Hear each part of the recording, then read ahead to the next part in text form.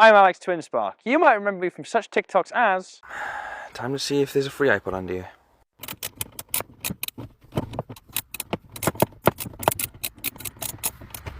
Oh my god! It is an iPod! That was the least expected thing I've ever... what? Or... What I find funny about loads of these sort of caught-on-camera dashcam vids is how many of them are like completely avoidable if the camera card just slows down a tiny bit. Just genuinely surprises me how often you see these videos posted with the posters clearly thinking, oh yes, I'm going to get my vindication from the internet of how entitled I am and how wrong everyone else is. Maybe just don't drive like a dick. And today I'm starting a new venture. See, I thought I'd have a go at doing full-length car reviews, and I thought I'd start with my lovely Toyota MR2 Mark III, which is currently very broken. So, my good friend Joe, the man behind the camera, a good friend of mine, decided, yeah, you can drive my car. I was like, great, because I can enjoy any car as long as it's not diesel or a Volkswagen. Oh dear. This is a 2014 1.6 diesel Polo. It has 90 horsepower and 150 newton meters of torque, which is torquier than my MR2, but we won't mention that. Joe bought this two and a half years ago now for about $5.5 grand. So $5.5 grand, not a bad amount of car in fairness to it. Now, much like every car enthusiast under the sun, in that 2.5 years Joe's had this car for, he has gotten the spanners out. So the lights are aftermarket, the badge, the grille, the indicators, the sat nav, the lights, the number plate, the painted calipers, and most importantly, the only performance mod, the brakes. I think that's all of them. However, there was quite a long list for me to go through, so I've probably forgotten a couple thereabouts. I think it is actually quite a good looking car. It's just a little bit generic. It's like if you're going on Tinder and you see someone that's moderately attractive, but you swipe past them immediately because they didn't catch your eye nearly enough. To its credit, I think that's because these have sold pretty well, along with the rest of the VW range, which is why they're so proclivitous. Is that even a word? I'm going to say it's a word, proclivitous. Now, Joe is a camera operator, so as a daily car, this needs to be quite practical. And despite being quite small, it does have a fairly decent sized boot.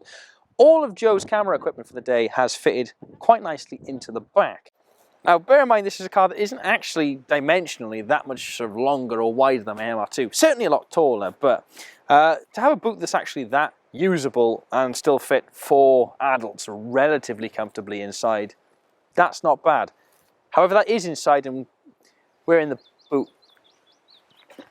Now, despite the fact that Joe is a little bit shorter than I am, it's actually not too bad in terms of space in here. In fact, you know, I'm relatively comfortable at 5'11 and a half, and I'm specifying a half because that's important. But in terms of interior, do you know what? I'm not a massive fan. The materials, especially on the door, the plastics are horrible. But other than that, it's a very nice ergonomic interior. Everything is exactly where you need it to be, and there are about 1 million cubby holes. So if you are a drug dealer and you're trying to hide your stuff, perfect car for you. While the interior plastics and general material quality isn't great, everything is very nicely placed, everything comes easy to hand, and it doesn't feel too awful in terms of what you're actually touching all the time. I also like a lot of the things Joe's added in, things like this sat-nav here that shows the little ghost from Halo instead of a regular car. I think that scratches nerdy parts of my brain that I sometimes forget are still there. The seats are also particularly comfortable, which you'd expect from a daily driver Econobox. Now, with a car like this, the 2 places that this is going to shine, because of the diesel engine, it's going to shine on the motorway, and because it's a hatchback, it should shine on the back roads. So, let's go and see just how well it shines in those places. And since the last shot, I have put on sunglasses because it turns out it's suddenly become bright in Middle England. It's really a rare sight. Now, being a diesel, of course, when it comes to motorway driving, it does have a fairly nice bit of poke. I'm not struggling to keep up with the traffic. I'm not having to push the car particularly hard to move. However, what's quite nice is for such a small car, it's quiet, it's refined. I'm not having to listen to loads of diesel clanking from the front of the car. It's not barbaric in here. It's very nice. It's a comfortable, pleasant place to be. even with all the dash plastics being less than ideal, less than optimal, the seats are very, very comfortable. The wheel is very nice to have to hand. This is a very comfortable, relaxed thing to drive. And I do have an armrest. One of those fold-up ones that always gets in the way when you want to change down a gear. What I can tell you is there is a slight mechanical issue on the front right-hand side of the car, which is making quite a loud whirring noise. But if you buy one, hopefully yours won't have that same issue. What's nice is it does actually have cruise control, which, alright, most cars these days do, but get a small car, it's not something you necessarily always expect, especially at $5,500 buy-in. So it's quite nice to have a car that does have one. It's also got quite a nice radio in here. The sound system itself is actually fairly good. Obviously we can't play it for you because, well, A, you would have absolutely no idea what it really sounds like because you're hearing it through one microphone, and also copyright infringement. Not really the vibe you want to go for. But again, if you're doing some long distance in this, absolutely lovely. Being a diesel, it obviously gets some fairly decent MPG. I can sit here cruising and I'm sitting at about 55, 60 miles per gallon, which is pretty good. In fact, according to the owner, you can actually get about 500 miles out of each tank, which especially in this current climate, isn't bad at all. Of course, as it turns out, there's actually not a lot you can say about a car on a motorway. It's a diesel car on a motorway. It cruises nicely, it's just going to. So, let's find out what it's like on the back road.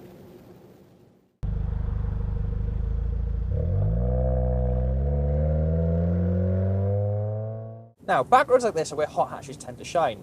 And this being a 1.6 diesel, a hot hatch is not. But how does it compare? Now, of course, on a back road like this, generally you want a petrol because you can rev it out to 6,000 to 7,000 RPM. You can make the most of every little ounce of the engine.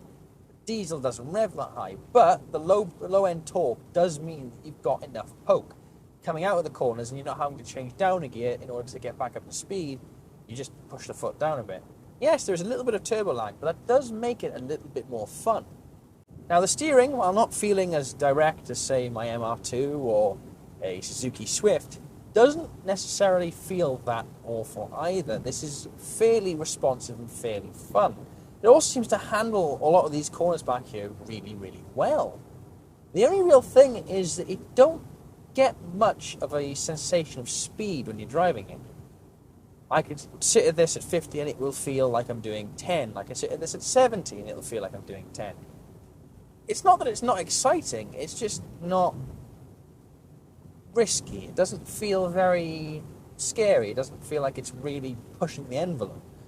Again, something like a Suzuki Swift, if you're driving on this sort of road at 40, it feels a bit hairy, it feels a bit more lively. But that's not bad, even on a back road like this, with lots of curves, lots of potholes, plenty of things to crash into. I'm comfortable, I am nice and cool, I am happy. There are some things where this does get it wrong. For example, this gear stick is way too low. I'm having to reach right down just to downshift a gear. And that does ruin the feel when you come up to a good corner and you want to downshift, blah, blah, blah, blah, blah. And you're having to go all the way down here just to get it into gear. Now, in fairness, I am very, very lanky, so shorter people probably don't have that same issue.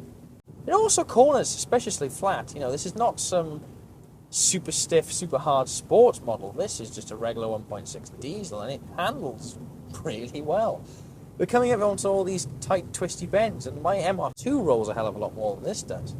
And that's low to begin with as well. And, dare I say this, I actually don't dislike the way the engine sounds. When you actually hear it, which is not very often because it is quite quiet up there, there's a nice little growl to it. It's not super pronounced, it's not particularly, shouty, but there's a nice little ooh when you come off the throttle, as the turbo spools down, and it's quite a fun little noise to listen to. Now, you could very easily surprise someone in a much faster car with this. I fully believe that. I'm not going to test it on film because that would be very illegal, and also we've got lots of camera equipment here that I don't want to break because Joe would stop talking to me then, and I wouldn't have a camera crew. But this is a short wheelbase, it's a nice handling car, the chassis is fairly competent.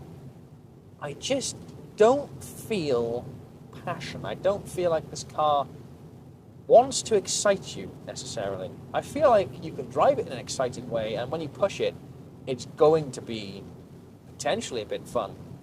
But more because it's going so fast when it shouldn't. This is a perfectly competent, perfectly nice car. And unfortunately, I don't think it's necessarily exciting. I don't think it's necessarily great. But what I do think is a brilliant daily driver.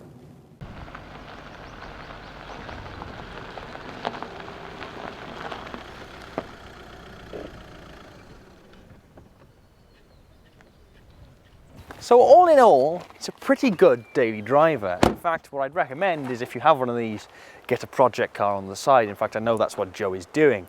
A 987, if I remember correctly. But all in all, what do I think of the car? Well, it's handsome, it's competent, it's comfortable, and it's safe. And above all, it's fuel efficient. So if you need a car that just works as a car and is moderately okay, fun on the back road, the Polo. I don't know what generation Polo, but that one. I researched this, you can tell. Anyway, I'm Alex Twinspark, and that's the first of my reviews. If you want to submit your car, please do, because I don't have that many to review from, if I'm honest. So if you reach out to me on Instagram, I can see your car and maybe drive it like a dickhead, and you can find out how I think about it. Till next time, folks. Dolphin from a live exhibit. Really? How was that? It was erotic in ways I don't want to explain. It made me feel bad about myself, to be honest. That's why I returned the dolphin after 3 days. Oh, should I be dead? Why have any interest? Oh wow. Hot. Oh yeah. Oh. Cheese in the moustache. Huh. I wonder how that feels to us. That's still recording. No, bloody hell. I am God. I am just emanating. No, break it, it's fine. No, break it, it's fine. I don't know where I'm going with this. I'm just waffling. It's like, is that a red MR2 overhead? I'm trying to tell. It's bugging me. We'll go up left from here. More into the 156. Nice that. Joe, the back of them reminds me a lot now of the new 7 Series. Yeah, I've seen the new series. I quite like the new 7 Series. I like the back of it. The front's a bit fucking ugly, but that's... I'm hating this BMW's squinty headlights. Oh, it's daft. Although, the new M3 has actually really grown on me. I love the front. I love the body. I don't think they should be on the same car. That's my argument. Okay. Very flowy, sweeping, lovely body.